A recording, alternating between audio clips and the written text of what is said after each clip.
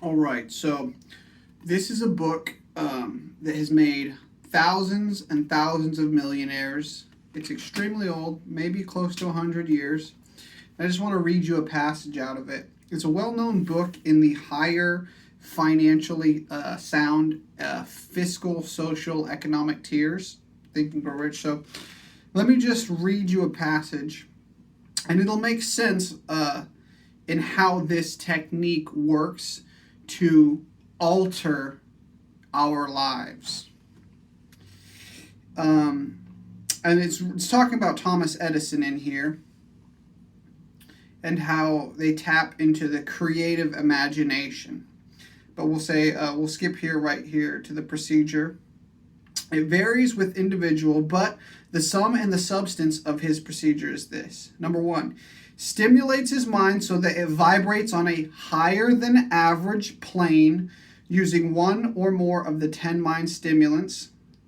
So you're trying to increase the rate of vibration of your thoughts, essentially clear your thoughts so that it's a higher than average plane. You can kind of see above your regular average thoughts that you might have, and concentrate upon the known factors, things that you know that are factors to get to your goal. Maybe if it's nutrition, maybe you already know I need to eat more vegetables and I haven't been eating them. That's a known factor. And creates in his mind a perfect picture of the unknown factors. So you're visualizing the things that you already know, while trying from your creative part of your imagination, trying to tap into the subconscious by this intense focusing on the factors that might be holding things up from making that next jump, that leap, that just tiny bit that's holding you from getting right to where you need to be. Holds this picture in mind until it has been taken over by the subconscious mind. So this is how we hyper focus on something, maybe with our eyes closed, until it manifests and recedes. Our subconscious mind submits to the fact that this is what we want, this is our will.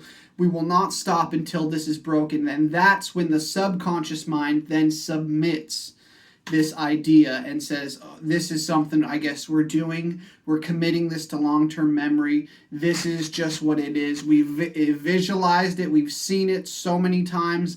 It's being forced upon me as the subconscious mind. So it must be true. It must be, this is how it is. The new blueprint. We're altering the internal blueprints through this external forces.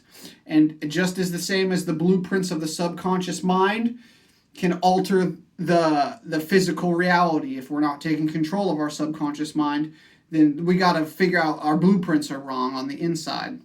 And vice versa, we can change using outside forces, we can change the subconscious mind and the blueprints within that.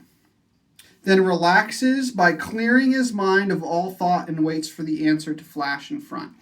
Now here it's speaking about creating inventions and new patents and how Thomas Edison went through to make these breakthroughs, and other famous people like Henry Ford and people who didn't go to school or higher education, but they understood the creative process of imagination. Now your imagination can create a beautiful masterpiece or a horrific nightmare. It's up to you to understand that it's going to do this, or if you do nothing with it, it's going to do that.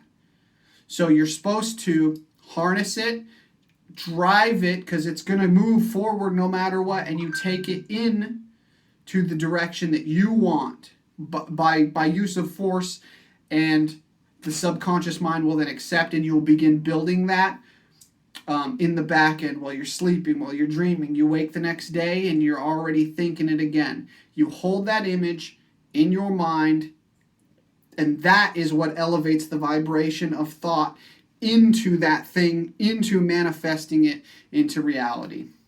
And that is life-changing and paradigm-changing. Peace.